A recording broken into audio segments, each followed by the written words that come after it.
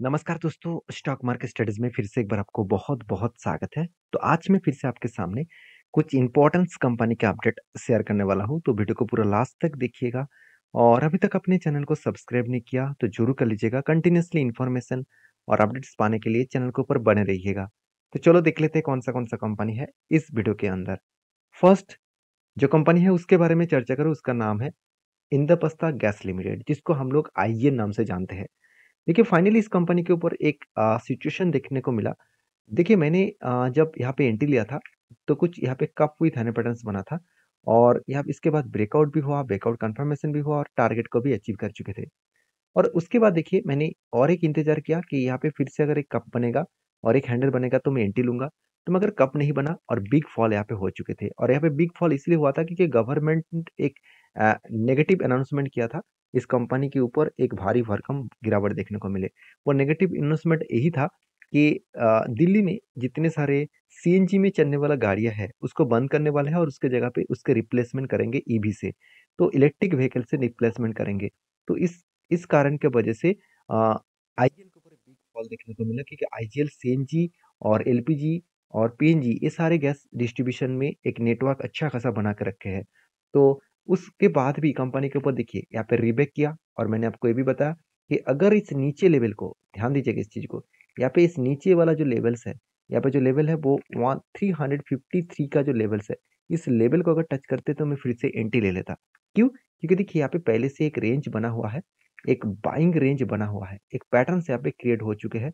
इस पैटर्न्स को जब भी रीटेस्ट करेगा तो वहाँ पे एंट्री बनेगा और टारगेट कहाँ पे है? इस टॉप लेवल तक टारगेट रहेगा। तो यहाँ पे तो आया नहीं, तो एंट्री नहीं बना, तो इसलिए मैं इसके ऊपर कोई भी फ्रेश एंट्री नहीं ले रहा हूँ क्योंकि धीरे-धीरे करके रिकवर भी हुआ और थोड़ा-सा और भी रिकवरी करके अगर यहाँ पे कंप्लीट करे, इस पैटर्न को कंप्लीट करे तो एक बिग जर्नी देखने को मिल सकता है।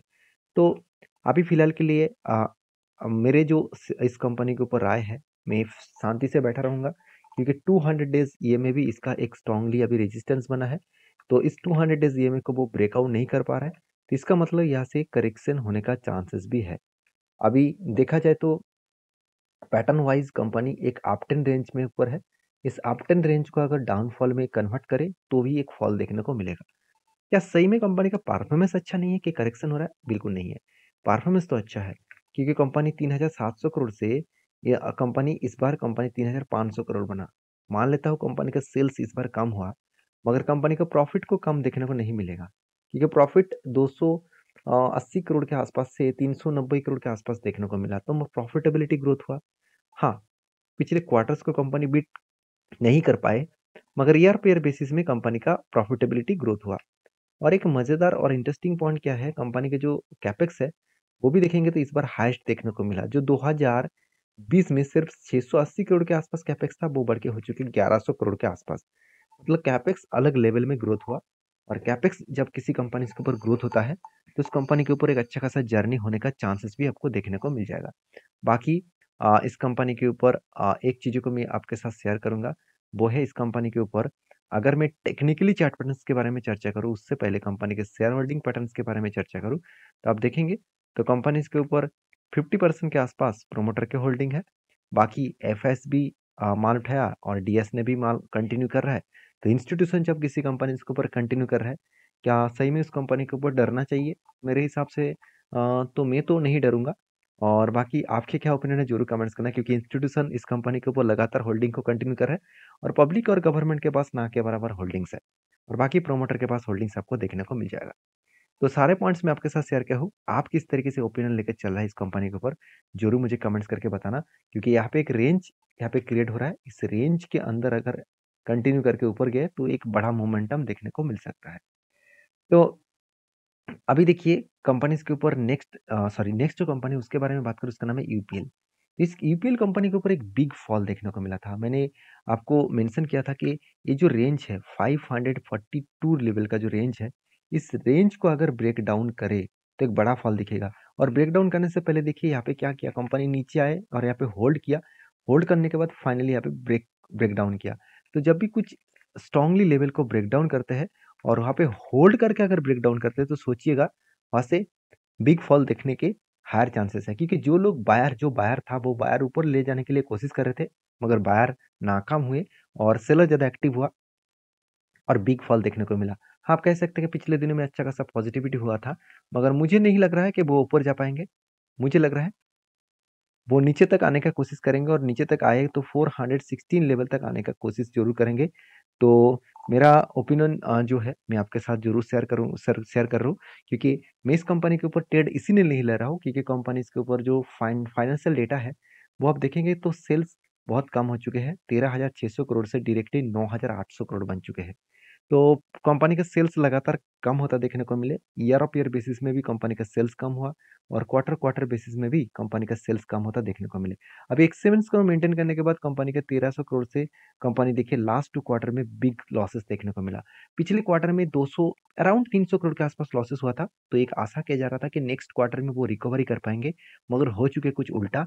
करीबन तीन तीन गुना नहीं, करीबन 4 गुना से भी ज़्यादा कंपनी का लॉस बढ़ चुके हैं। तो लॉस अगर इतना ज़्यादा हो, तो कंपनी के ऊपर तो बड़ा-सा मतलब नेगेटिव पॉइंट्स दिखेगा, क्योंकि ईपीएल के ऊपर एक चीज़ आप देखेंगे तो फाइनेंशियल जो डेटा है, उसमें देखेंगे तो प्रॉफिट मार्जिन में उतना ज़्यादा ग्रोथ नहीं है, मगर आरओसी, आरओई ठीक-ठाक है।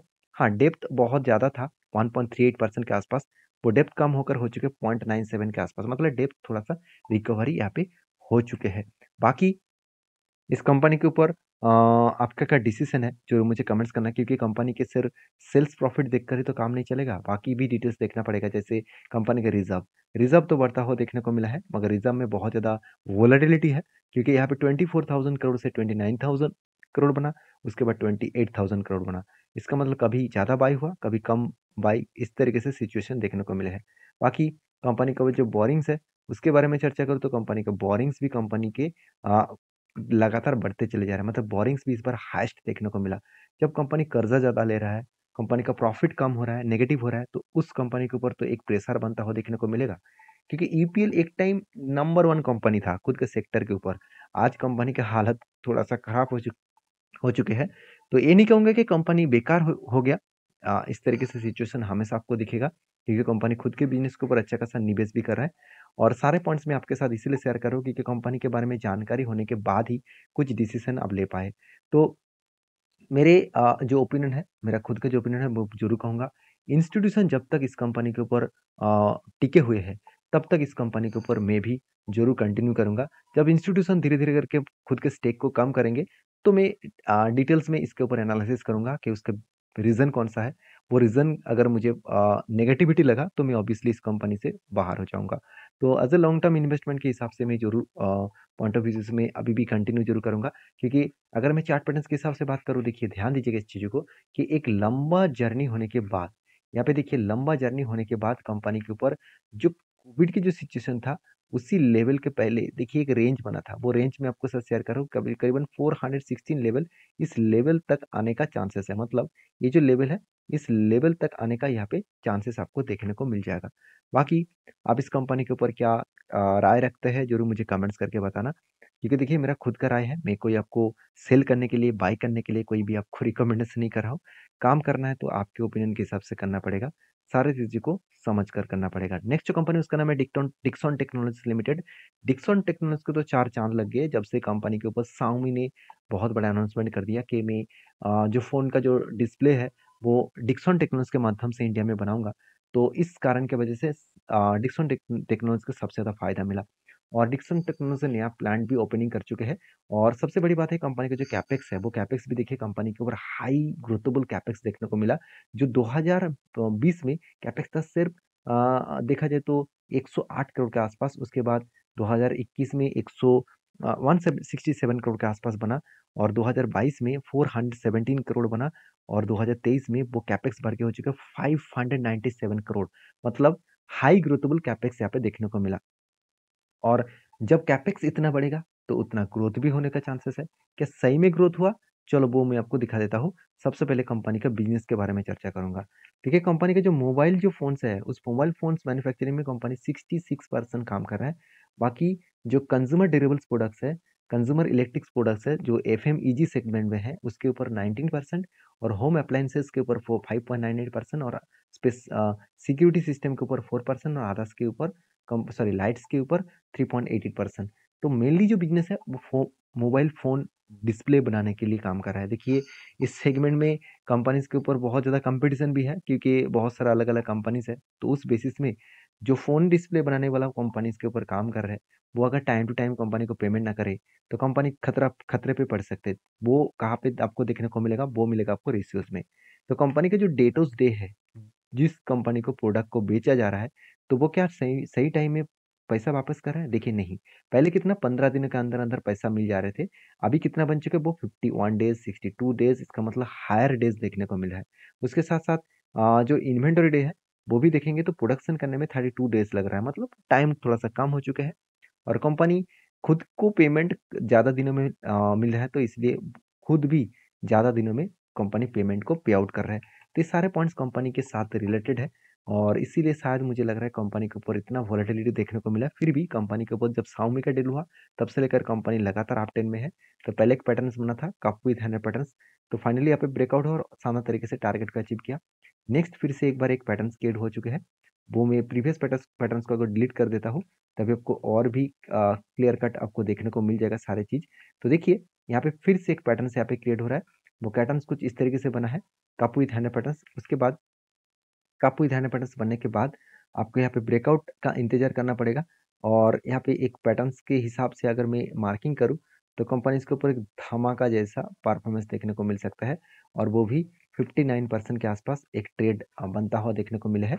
तो मैं जरूर इस कंपनी के ऊपर कंटिन्यू जरूर करूंगा क्योंकि यहाँ पे होल्ड भी कर रहे हैं तो एक पॉसिबिलिटी है कि आप टेंट को इस लेवल को अगर ब्रेकआउट करे, मैं एक बार लेवल को आपको मार्किंग भी कर देता हूँ, इस हायर लेवल को अगर ब्रेकआउट करे तो मैं जरूर कुछ एंटी लेने वाला हूँ। तो बाकी आपके क्या ओपिनियन है जरूर मुझे कमेंट्स करके बताना। नेक्स्ट जो कंपनी उसका नाम है डालमिया भारत लिमिटेड। तो डालमिया भारत लिमिटेड के बारे में बात करूँ तो कंपनी का डिविडेंड अनाउंसमेंट हो चुके हैं और डिविडेंड का डेट यहाँ पे मेंशन नहीं किया गया है। मैं आपको डेट बता डेट आपको यहाँ पे मेंशन कर रहा हूँ। डेट आपको मिल चुके हैं 16 तारीख को और वो भी अराउंड 3.75 रुपीज़ के आसपास 3.75 रुपीज़ के आसपास आपको डिविडेंड मिलने वाला है। तो जो लोग डिविडेंड पाना चाहते हैं तो इस कंपनी को वो स्टडी करिए, उसके बाद काम करिए। वीडियो में जानकारी अच्छी मिले तो प्लीज़ लाइक करना। मिलते हैं नेक्स्ट वीडियो में, तब तक के लिए धन्यवाद।